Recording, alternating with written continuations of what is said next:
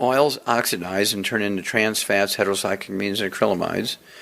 And because of that, we have begun to kill ourselves, okay? Americans are dying younger and younger and younger.